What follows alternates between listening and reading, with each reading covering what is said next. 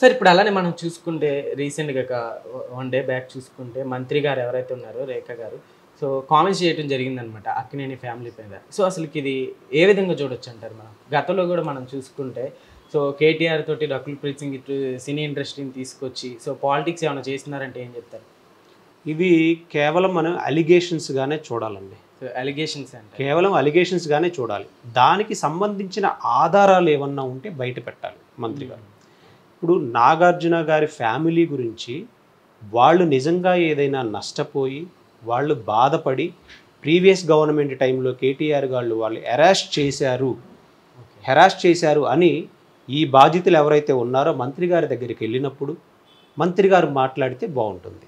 అలాంటిది ఏమీ లేకుండా బయటకు వచ్చేసేసి ఒక సెలబ్రిటీ కుటుంబం మీద అలిగేషన్స్ చేయటం అనేది మనం అది సమంజసంగా చూడకూడదు కాదు సార్. అంటే ఇప్పుడు ఒక మంత్రి పదవిలో ఉండి సో అసలు అంటే చాలా మంది ఇలాంటి డౌట్స్ కూడా వస్తున్నాయి అనమాట. అంటే నిజం కాకుండా ఈవిడ ఎలా చెప్తుంది నిజమని మంత్రి గారు ఎప్పుడు నిర్ధారించాలండి? 2 కుటుంబాల మధ్య వివాదం అని మనం చూసుకుందాం దీన్ని. నాగార్జున గారిని కేటీఆర్ గారు నాగ చైతన్య గారిని బ్లాక్మెయిల్ చేశారు. అయితే ఇప్పుడు వాడి ప్రభుత్వం లేదు, టీఆర్ఎస్ ప్రభుత్వం లేదు, కేటీఆర్ గారు పదవిలో కూడా లేరు. ఆ పదవిలో లేనప్పుడు కాంగ్రెస్ ప్రభుత్వం ఇప్పుడు హయాంలో ఉంది, వాళ్ళు పరిపాలన చేస్తూ ఉన్నారు. ఇప్పుడు ఇదే నాగార్జున గారు, నాగ చైతన్య గారు లేదా సమంత గారు మంత్రి గారి దగ్గరికి వెళ్ళి మంత్రి గారు ఆ రోజున మమ్మల్ని ఇలా బ్లాక్మెయిల్ చేశారు, మమ్మల్ని హెరాస్ చేశారు, మాకు న్యాయం చేయండి అని అడిగినప్పుడు మీరు మాట్లాడాలి. ఎలాంటి వాళ్ళు అడగకుండా వాళ్ళ మధ్య ఏం జరిగిందో తెలియకుండా ప్రస్తుతం ఉన్నటువంటి విషయాలని మిస్లీడ్ చేయడం కోసం మాత్రమే మనకు అనిపిస్తుంది. కేవలం దానికోసం మాత్రమే మంత్రి గారు మాట్లాడారని మనకి క్లియర్గా తెలుస్తూ ఉంది. ఇప్పుడు నిజంగా నాగార్జున గారు మంత్రి గారు అడుగుంటే మాట్లాడాలి.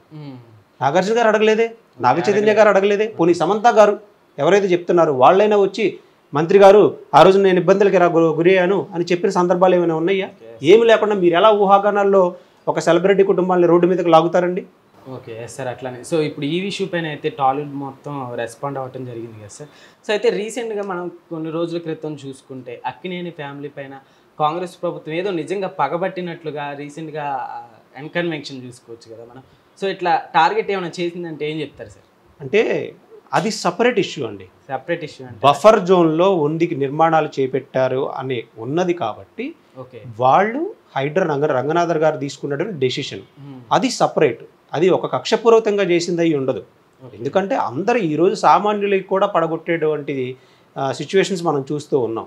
సో ఆ సందర్భాల్లో ప్రభుత్వం కూడా పేదవాడు ఒకటే నా ముందు, పెద్దోడు ఒకటే అని చెప్పే సిద్ధాంతంలో ఎవరు ఆక్రమించినా ఆ ఆక్రమణలను మేము తొలగించాలనే ఉద్దేశంతో రంగనాథర్ గారు బఫర్ జోన్లో నిర్మించిన నిర్మాణాలని కూల్చడం జరుగుతూ ఉంది. అది సపరేట్ ఇష్యూ. టార్గెటెడ్ అంటే ఈ విషయంలో మాత్రం ఫోకస్గా టార్గెట్ చేసి ఇప్పుడున్నటువంటి విషయాలను డైవర్ట్ చేయడం కోసం మాత్రమే, డైవర్షన్ పాలిటిక్స్గా మాత్రమే మనం దీన్ని చూడాలి. ఓకే, దీంట్లో తప్పెవరిదంటే ఏం చెప్తారు? తప్పెవరిదో నిర్ణయించాల్సింది కోర్టు అండి. ఇప్పుడు ఆల్రెడీ నాగార్జున గారు ఒక కేసు ఫైల్ చేశారు, డిఫర్మేషన్ సూట్ ఆల్రెడీ కోర్టులో వేశారు.